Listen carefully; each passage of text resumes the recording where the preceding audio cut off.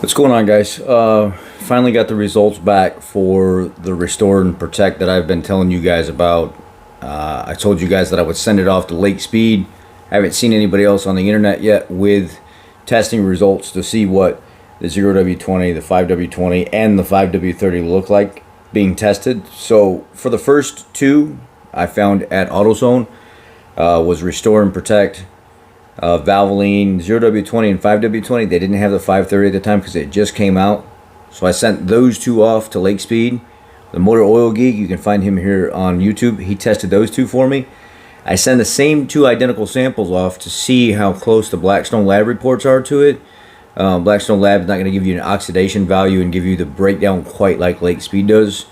Lake Speed, or the Motor Oil Geek, there's much more of a in-depth analysis there than what Blackstone Labs has, but Blackstone Labs can be efficient as well. You can use it for looking at wear, looking at any types of change and stuff in oil, but I do like Lake Speed, the Motor Oil Geeks testing much better because it gives you an oxidation value. It breaks down everything. It tells you what everything means inside it. There's all the definitions and stuff of what is in oil on the test. Let's take a look at it real quick and then we'll get into what is actually on the test. Alright, so mind you, this is a virgin analysis. This oil has not been run in any engine. If you look at the viscosity at 100 degrees Celsius, you'll see it's 8.4.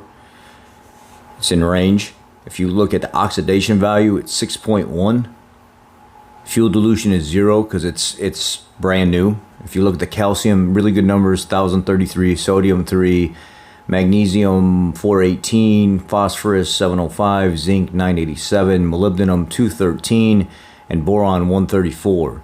And this unit here is the 5W20 Valvoline Restore and Protect. Really good. The numbers look great.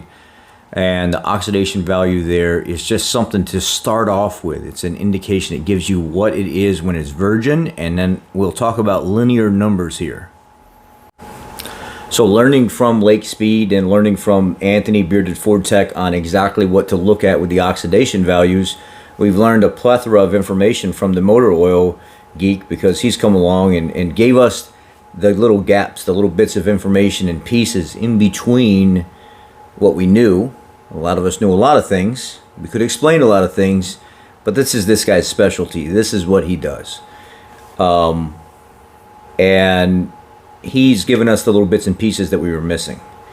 When you look at an oil and you get an oxidation value of, let's just say 6.1, 6.8, whatever it is, that's an oxidation value when it's virgin. What you want to do is you want to compare that oil at, let's just say, like 3,000 miles, 4,000 miles, 5,000 miles, whatever your interval is. Look at what your virgin numbers are versus after it's been used and abused. And then you can take that and see how the oxidation has changed, how the oil is actually holding up to this abuse.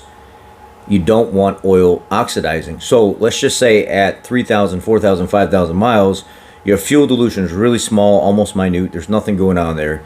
And your oxidation value is still at 6.1, just like it was when you first started. You could probably run longer on that oil. Do I recommend people do that? No, I don't. The most I recommend is 5,000 miles, and why? Statistically, in our shop, we see vehicles that run in more than 5,000 mile oil changes. They typically make it to about 120, 130, 140,000 miles. They start burning oil. And if you're trying to run, or you buy a used vehicle that's had, 7, 8, 10,000 mile oil changes, you're kind of just asking for problems there. So about 5,000 miles is what I recommend as max at our business that we run. And that's what we keep in mind for the benefit of our customer.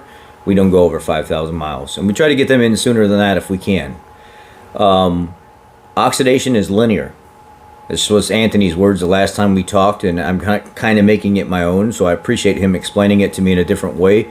It's linear, and you don't want oxidation to really creep up. So if you have like 6.1, 6.8, whatever it is from a virgin sample, and 5,000 miles later you change your oil, and at 5,000 miles you're reading 25, 30 in this oxidation value, it's probably not the best oil to be running if you're running 5,000 miles. Or something is wrong with your engine and it's causing this oil to break down very fast, oxidize very fast, whatever it may be. So oxidation being linear, if it's like 6.8, 6.1 when it's virgin, when you actually test the oil again at 3,000, 4,000, 5,000 miles, you'd like to have that oxidation number as close to as what you started with. You know, if it goes up to 10 or 11 or 12, probably not that big of a deal. It's wearing, it's oxidizing, it's going to do that. There's no oil that's 100% perfect. But being conscious of that and understanding that will actually help you increase the life expectancy of your engine overall, because you're actually one of the owners that do the maintenance. You care about that stuff. Let's look at the 0W20 real quick. So this here is the 0W20. This is the Valvoline Restore and Protect. If you look at the viscosity index, it's in range at 6.4. Oxidation value 6.1. Very similar to the other one. If you look at the calcium, 985, very close to the 5W20.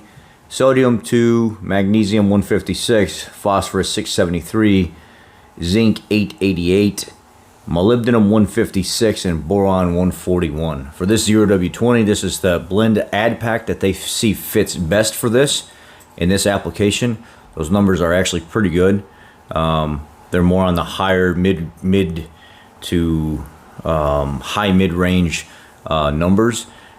I'm just curious on where the Restore and Protect comes from. Now let's talk more about the product itself now that we've looked at the analysis. Both the 5W20 and 0W20 look like really good, decent oils.